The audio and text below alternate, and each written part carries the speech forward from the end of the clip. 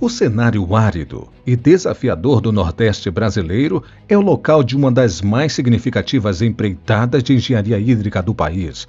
Estamos falando do projeto de transposição do Rio São Francisco.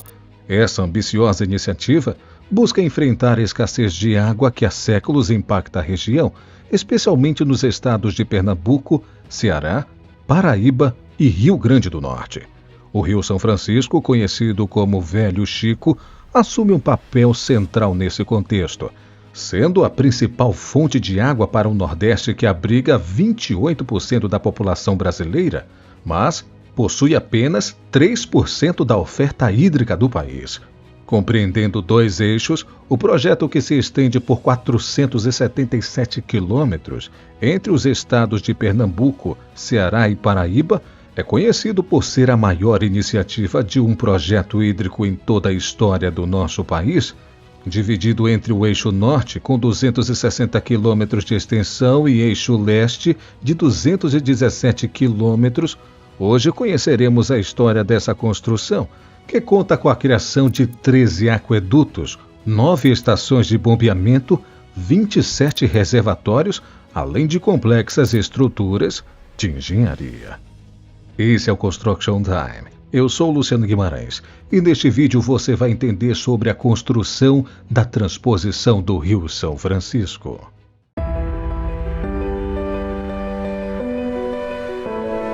A história do projeto de transposição do Rio São Francisco remonta desde o século XVIII, durante a época do Brasil Imperial, mas devido à falta de investimentos e conhecimentos técnicos da época, acabou ficando só no papel.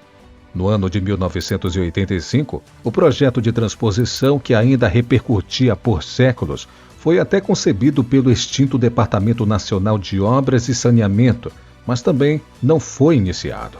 No entanto, apenas em 2007 a obra teve início. A motivação para essa empreitada nasceu da necessidade de mitigar a severa crise hídrica que historicamente assola o Nordeste brasileiro.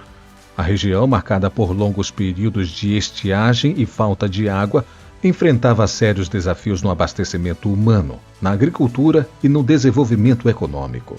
O Rio São Francisco, venerado como um dos principais cursos d'água do país, surgiu como uma solução aparente. No entanto, sua extensão e diversidade de ecossistemas apresentaram desafios complexos para a realização do projeto. Ao longo dos anos, as secas recorrentes agravavam as condições socioeconômicas do Nordeste, desencadeando a busca por alternativas. O governo viu na transposição uma resposta para aliviar o sofrimento das comunidades locais, proporcionar água para o consumo humano, agricultura e impulsionar a economia regional. A partir daí, milhares de homens e mulheres, centenas de empresas e máquinas e dezenas de conquistas e desafios foram aparecendo durante essa construção, que já dura mais de 15 anos e está se aproximando cada vez mais de sua conclusão em nosso país. Mas quais foram os processos que foram usados na construção dos canais de transposição?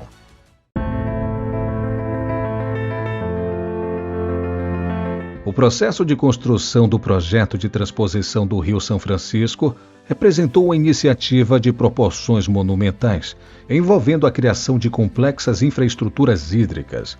A realização desse ambicioso projeto demandou uma combinação de engenharia avançada, tecnologia inovadora e desafios logísticos significativos. Um dos pilares fundamentais da empreitada foi a construção dos canais. Podemos dizer que eles são a alma do projeto. A partir da captação das águas do Rio São Francisco, foram desenvolvidos canais ao longo dos extensos trechos, abrangendo os eixos leste e norte. Esses canais foram projetados para direcionar a água por gravidade, aproveitando a inclinação natural do terreno. Contudo, em determinadas seções, a topografia irregular exigiu a implementação de estação de bombeamento para elevar a água a níveis mais elevados. A construção e a escavação dos canais envolveram um processo meticuloso e tecnologicamente avançado, combinando diversas tecnologias, equipamentos e materiais para garantir a eficiência e sustentabilidade da obra. Começou com a seleção e preparação do terreno ao longo do trajeto dos canais. Isso envolveu a remoção de vegetação, nivelamento do solo e a criação de uma base sólida para a construção. As máquinas utilizadas incluíram escavadeiras, tratores, retroescavadeiras e motoniveladoras, além de caminhões de equipamentos de todos os tipos. Para escavar os canais, foram empregadas diferentes técnicas, dependendo das características do terreno. Em áreas onde o solo era mais compacto, foram utilizados equipamentos de escavação pesada, como dragas e escavadeiras de grande porte, capazes de remover grandes volumes de terras e rochas. Em regiões de solo mais solto, pás mecânicas e escavadoras foram empregadas para realizar a escavação de forma mais precisa. Uma técnica comum utilizada na construção dos canais foi a escavação em V. Isso envolvia a criação de uma vala com um perfil em forma de V invertido, o que permitia que as paredes laterais do canal oferecessem estabilidade e evitasse desmoronamentos. Essa técnica também facilitava a manutenção da inclinação adequada para a condução da água por gravidade. Para revestir os canais e protegê-los contra erosões e vazamentos, foram utilizados materiais como concreto, geomembranas e geotextéis. Em certas seções, os canais foram revestidos com concreto projetado para garantir a durabilidade e a resistência das estruturas. Os aquedutos foram projetados para transpor obstáculos naturais, como rios e vales profundos. A técnica utilizada para a construção dos aquedutos variou de acordo com a altura e o comprimento da travessia. Em alguns casos, foram empregadas estruturas pré-fabricadas de concreto, enquanto em outros, a construção foi realizada no próprio local. Essas estruturas permitiram que a água fluísse de forma contínua, minimizando interrupções e maximizando a eficiência do projeto. Os aquedutos também contribuíram para distribuir a água a regiões mais remotas e de difícil acesso. Nesse caso, estamos falando de várias ramificações que as trincheiras e túneis tomaram ao redor das regiões do Nordeste. Também foram criados 27 reservatórios ao longo dos canais, permitindo o armazenamento estratégico de água para o uso em momentos de escassez. Esses reservatórios também atuaram como reguladores de fluxo, que têm a missão de gerenciar a forma mais eficaz da distribuição de água para as áreas beneficiadas. As estações de bombeamento foram peças-chave no processo de direcionamento das águas. Utilizando tecnologia de ponta, essas estações elevam a água a alturas consideráveis. Algumas das estações, como a de Cabrobó, no Pernambuco, são tão grandes que parecem verdadeiros edifícios.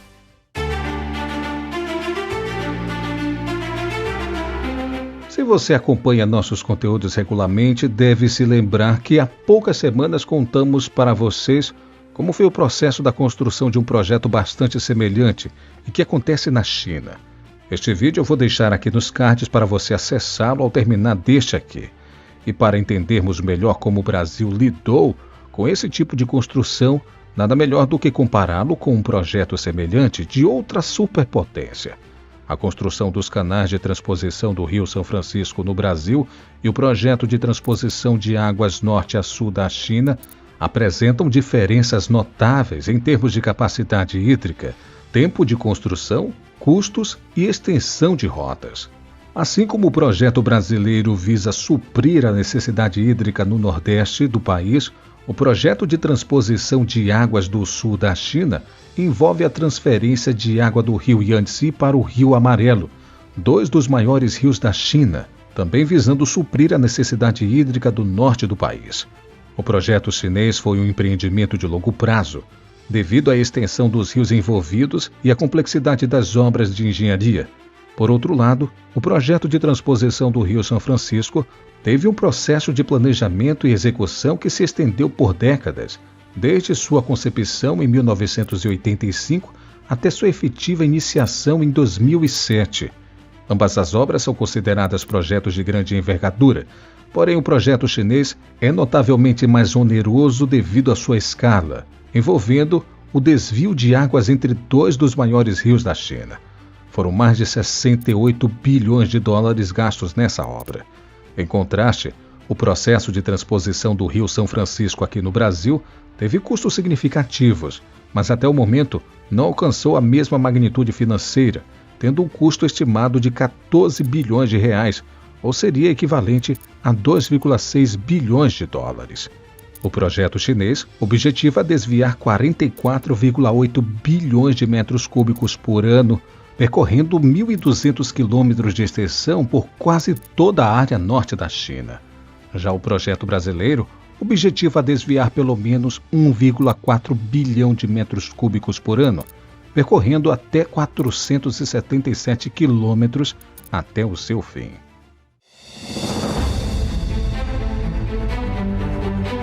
Apesar de intenções nobres, a obra não esteve livre de controvérsias e impactos.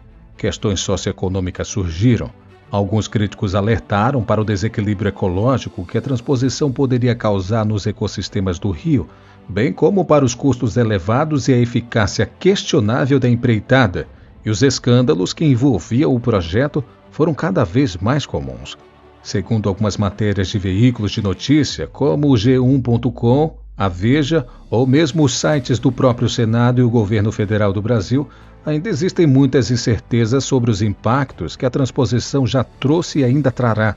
Dentre elas, as polêmicas de má gestão, corrupção, realocações, degradação dos solos e das águas e problemas com as construtoras em geral.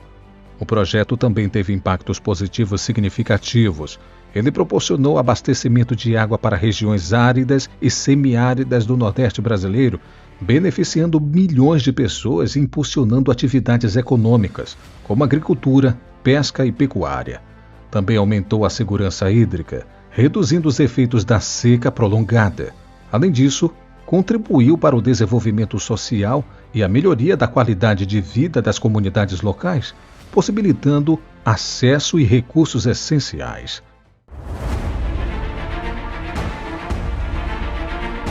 O futuro do projeto de transposição do Rio São Francisco será sempre marcado por desafios e oportunidades.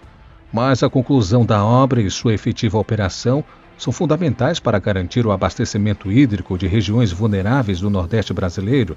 A comunidade da região e manutenção adequadas é crucial para assegurar que a água chegue de forma sustentável às comunidades beneficiadas, mitigando os efeitos da seca e impulsionando o desenvolvimento econômico local.